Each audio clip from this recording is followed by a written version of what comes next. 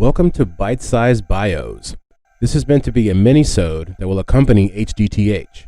Every week, I will pick a person from history and dive into their lives.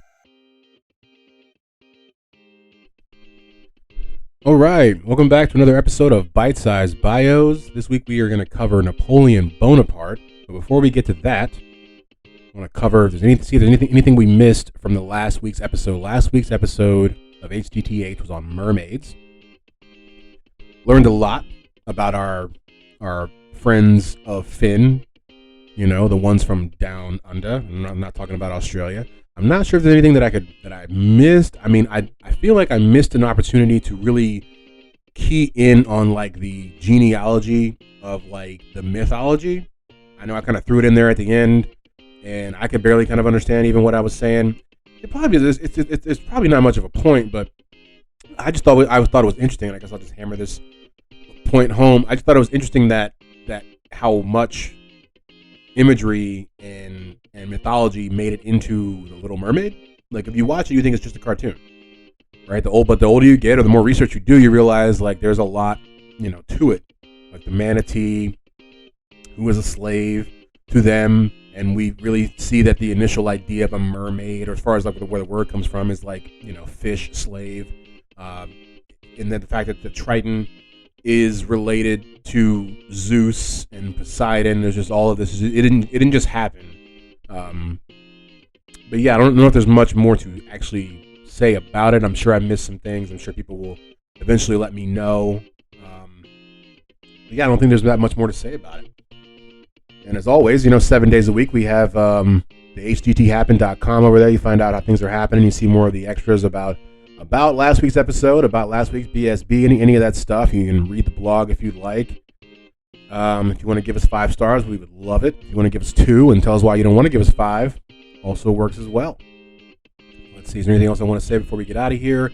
I don't do the what am I watching or what am I listening to on this particular these types of mini episodes.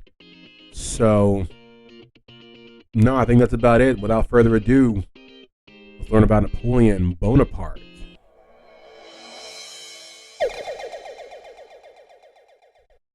All right, so today we are going to talk about Napoleon Bonaparte. And I looked up all the different possible pronunciations of this guy's name, because I honestly for a long time thought it was like Bonaparte, right? It's not. It's just Bonaparte. He was born on August the 15th of 1769. His family is from Corsica, which is an island in between France and Italy, basically off the coast of both of them. And it's kind of gone back and forth throughout the years as to who's actually had control over it. When Napoleon was born, it was France who had control over Corsica. But it is an Italian, kind of like, I think they have a more Italian culture, or at least they did during this time. Again, I don't know what modern day Corsica is like. His father's name was Carlo Maria di Bonaparte, and his mother's name was Maria Letizia Romolino. All these just, they have so much, there's so much behind that. So cool to say those names. His family was of Italian nobility, right, but more on the outer skirts of it. So it's like, yeah, they were like connected to the aristocracy of Italy, but like way, way out. Nobody important. And so basically he was treated as a regular person, not like any actual type of royalty. His family had come from Italy to Corsica about 150 years before that. So like, you know, I said they were part of the Italian aristocracy, but like a very, very, very ancillary. So Napoleon first set foot in France in 1778 because he had a scholarship to the Royal Military College. He attended there for 5 years, wherein he never actually went home during that time, and he became a loner during his time at that school because he was basically not a part of the upper crust elite. He was seen as like a country boy who didn't understand French, so he was just not somebody that they were really trying to associate with. So at the age of 15, he was promoted to the Royal Military Academy in Paris. It was both a finishing school and a war college. He became a second lieutenant in the French army at 16, but due to his status as a lower level of nobility, he wasn't actually eligible for the top positions in the military that he thought that he actually warranted. And during this time, he also tried his hand at writing. He would also do so later in his life when he was exiled on St. Helena. We'll get to that later. The French Revolution and his return to Corsica. Right, so it is the French Revolution that really changed things for Napoleon, really shook things up. This would help to get rid of the privileges that had kept him from truly succeeding in the army before, because when the revolution happened, they kind of changed the ideas of who could actually be in control. At the age of 23, he took a leave of absence from the French army and came down to Corsica and to work in the Corsica's National Guard. His goal was to try to take over Corsica. Right? But when he got there, he realized his political ideas were not the same as the other men in his country. And Napoleon was still sympathetic to the crown, but the leadership in Corsica wanted their independence, so they were really kind of butting heads. And this created a conflict that led Napoleon to flee from there and come back to France. So he left France to go to Corsica, got to Corsica, they were like, bro, nah, and then he went back to France. So by 24, he is banished from Corsica. He only recently, last year, tried to get there to Corsica, and he left with his mother's brothers and sisters for good old France. Upon his arrival, he was reinstated into the French army, and the revolution was still alive and well, and by then the king and queen had been murdered, and Napoleon found himself stationed in Toulon as an artillery captain. He fought well during this post here, and defended the city against the British, and was promoted to brigadier general. I believe at this time he was actually, his horse, I think it was said his horse was shot and he was stabbed. And so then that kind of, everyone was like, whoa, like Napoleon, he can really take a hit, and they really enjoyed his generaling. And so by 1795, Napoleon was back in Paris, and France had a new constitutional government. There was an uprising in October of that year, which resulted in Bonaparte using cannon fire, and on some of the uprisers, cannonballed some people to stop the revolt. And it was this action that led him to being named commander of the Army of the Interior at age 26. They were like, we love how you just cannonballed those dudes, dude. So like now, commander of the Army of the Interior.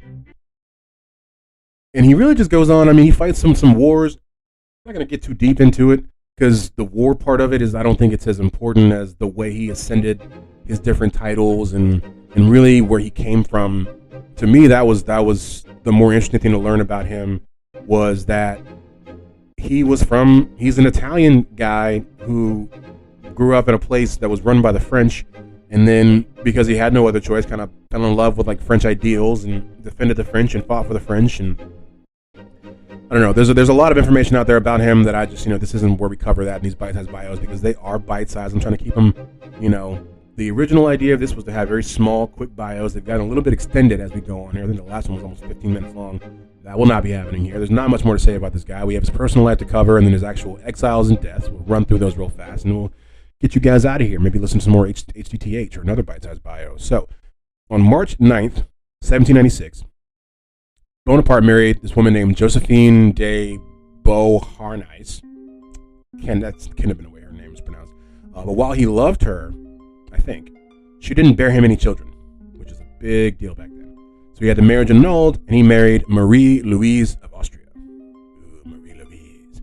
He had one child, Napoleon II, and he did have a number of illegitimate children, which I've already posted one on the Twitter account, because I just thought it was so interesting.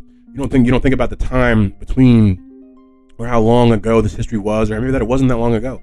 So when you realize that there's a picture of Napoleon's son, like an actual photograph, I don't know, it tripped me out. So he was exiled, old Napoleon was, twice in his life. The first exile, he was exiled to Elba, an island called Elba, and this is with Paris under threat. Napoleon was forced to abdicate his powers, and the victors drew up the Treaty of Fontainebleau. It's pretty cool. As the former emperor, he was sent packing to an island off the coast of Tuscany, and instead of being completely stripped of his power and titles, basically he was allowed to have control over the island, which probably, looking back, was one of their issues, because he basically just, after 300 days, he just kind of slipped away and came back to France, probably because he was running things over there. So like I said, he comes back, and he decided the time is right to make a triumphant return to France, and he assembled some troops, and that's when he went to fight Waterloo. Everybody knows Waterloo. He loses Waterloo for whatever number of reasons. They say basically he probably didn't attack soon enough. He was waiting for the mud to dry, but when he did that, it allowed for the Prussian forces to come from like the east or something like that. It just messed it all up. So he didn't win. That is, that's probably always going to bother him. And so he was exiled again. Right, this time the major European powers had learned their lesson.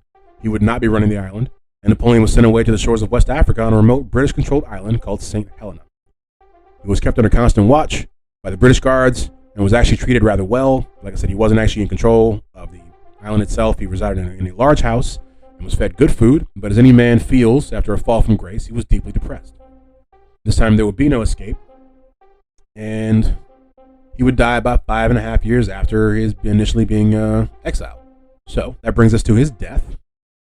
In February of 1821, Napoleon's health began to deteriorate rapidly, and he reconciled with the Catholic Church, before he went on to his spiritual home. And by March, he had become confined to a bed. Napoleon died on the 5th of May, 1821, at Longwood House at the age of 51, supposedly of stomach cancer. His last words were, "France, l'armée, tête d'armée, Josephine," which translates to, France, the army, the head of the army, Josephine, which in French or English does not mean a lot to me. Shortly after his death, an autopsy was conducted, and Francesco Antomarchi, the doctor who was conducting the autopsy, cut off Napoleon's penis. Don't really know why, but he did. His heart and intestines were also removed and contained in two separately sealed vessels, and they were placed in his coffin at the feet of his corpse. So some weird stuff happened to him post-mortem.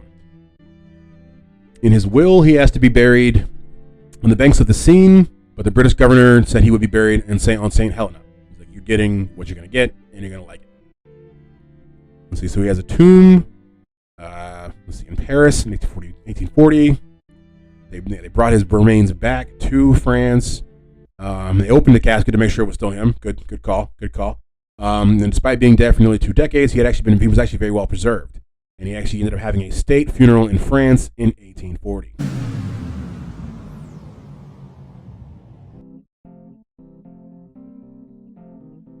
All right, if you loved what you just heard, there is more where that came from over at hdthappen.com. There you will find a written version of what you just heard, as well as photos and videos that help me create the episode.